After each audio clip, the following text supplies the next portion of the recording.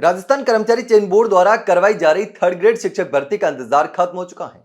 भर्ती के 9.5 लाख से ज्यादा अभ्यर्थियों का इंतजार खत्म हो चुका है। आपको पता है कि 17 से लेकर 20 तारीख तक लगातार एग्जाम जो है वो होने वाले हैं। 4 दिन तक लगातार एग्जाम होंगे।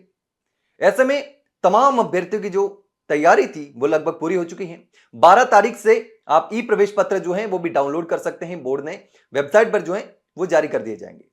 ऐसे में अब तमाम अभ्यर्थियों की जो बड़ी मांग थी वो तो पूरी नहीं हुई, क्योंकि 7,759 पदों पर ही यह भर्ती हो रही है। मांग थी कि इस भर्ती में कम से कम 30,000 जो पद हैं वो किए जाने चाहिए। हालांकि अब 100% पद भी बढ़ेंगे तो भी 15,000 के आसपास ही रहने की संभावना है, लेकिन अब भी ऐसा कुछ होता नजर नहीं आ रहा है। लगातार अभ्यर्थी मांग उठाते रहे, लेकिन मांग पूरी नहीं हुई। तो अब जो है सारी चीजें क्लियर हो चुकी हैं। 14 जिलों में जो है वो एग्जाम होने वाला है। 14 जिलों में 17 से 20 जनवरी तक लगातार एग्जाम होगा। परीक्षा से पहले जो है विस्तृत गाइडलाइन भी जारी की जा चुकी है। परीक्षा के ई प्रवेश पत्र 12 जनवरी से डाउनलोड किए जा सकेंगे और दो पारियों में डेली जो है वो परीक्षा होने वाली है। पहली पारी सुबह 10 बजे से लेकर 12:30 बजे तक रहेगी और दूसरी पारी की जो परीक्षा होगी वो दोपहर 3 बजे से लेकर शाम 5:30 बजे तक होने वाली है। अब परीक्षा में कुल 7 पारियां होगी, 7 पारियों में परीक्षा होगी। भर्ती में कुल 7,759 पद हैं, आपको पता है।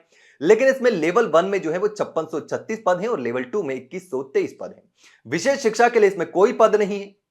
तो परीक्षा के जो आयोजन है वो जयपुर, अजमेर, अलवर, बांसवाड़ा, बारां, बाड़मेर, भरतपुर, भीलवाड़ा, बीकानेर, झुंझुनू, जोधपुर, कोटा, श्रीगंगानगर, उदयपुर जिलों में होने वाला है। 14 जिलों में होगा। और परीक्षा के जो टाइम टेबल है, तो टाइम टेबल के मुताबिक लेवल 1 की जो सामान्य शिक्षा की परीक्षा है वो 17 जनवरी को होने वाली है और इस दिन यह परीक्षा एक पारी में होगी। 18 जनवरी को जो है वो पहली पारी विज्ञान गणित और दूसरी पारी में एसएसटी की परीक्षा होने वाली है। 19 जनवरी को पहली पारी में अंग्रेजी और दूसरी पारी में हिंदी की परीक्षा होने वाली है। 20 जनवरी की बात करें तो 20 जनवरी को पहली पारी में संस्कृत शिक्षा लेवल 1 की परीक्षा होगी और दूसरी पारी में लेवल 2 संस्कृत की परीक्षा होने वाली है। तो बात कर लेते हैं कि परीक्षा देने जा रहे हैं तो किन किन बातों का ध्यान रखें। वैसे तो एजुकेशन नगरी पर और भी वीडियो हम डालेंगे और भी वीडियो आपको देखने को मिल सकते हैं। तमाम जो सारी चीजें हैं वो क्लियर कर देंगे, लेकिन इससे पहले मोटी मोटी चीजें वो भी आपको जानना जरूरी है कि सबसे पहले क्या ध्यान रखना है। तो सबसे पहले तो अपना प्रवेश पत्र जो है वो डाउनलोड कर दे ताकि बाद में दिक्कत नहीं हो। जब आप यात्रा करेंगे, दूसरे जिले में जाएंगे, आसपास अपने जिले में भी जा रहे हैं एग्जाम देने के लिए, तो फिर प्रवेश पत्र की जरूरत रहने वाली है रोडवेज में फ्री यात्रा के लिए। उसके बाद परीक्षा समाप्ति के बाद जो प्रश्न पत्र है, बुकलेट और ओएमआर शीट की कार्बन प्रति ले जाने की अनुमति रहने वाली है। उसके बाद परीक्षा केंद्र पर परीक्षा जो है उस शुरू होने से 2 घंटे पहले आपको पहुंचना होगा।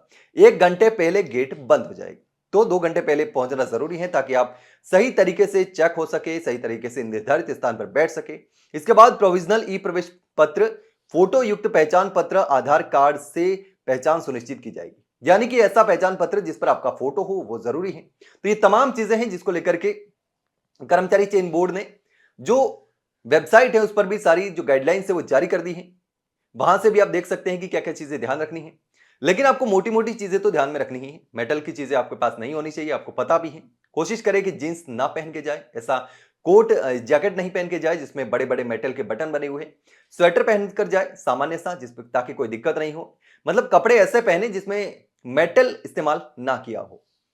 कोशिश करें कि दोरा, धागा वगैरह सारी चीजें घर पे ही खोल के जाए तो अच्छा रहेगा। तो ये तमाम चीजें हैं जिसको लेकर के आपको ध्यान रखना जरूरी है। लेकिन अब जो है वो एग्जाम होने वाला है, बहुत ही कम समय बचा है। अपना प्रवेश पत्र डाउनलोड कर सकते हैं 12 तारीख से बोर्ड की वेबसाइट से। इसके अलावा अगर आपको कोई सवाल हो तो कमेंट सेक्शन में कमेंट करके जरूर बताना। वहीं अगर जानकारी अच्छी लगी हो तो वीडियो को लाइक और शेयर जरूर करो और चैनल को सब्सक्राइब करना ना भूलें। फिलहाल के लिए इतना ही, जल्द मिलते हैं एक नई जानकारी के साथ। तब तक के लिए नमस्कार।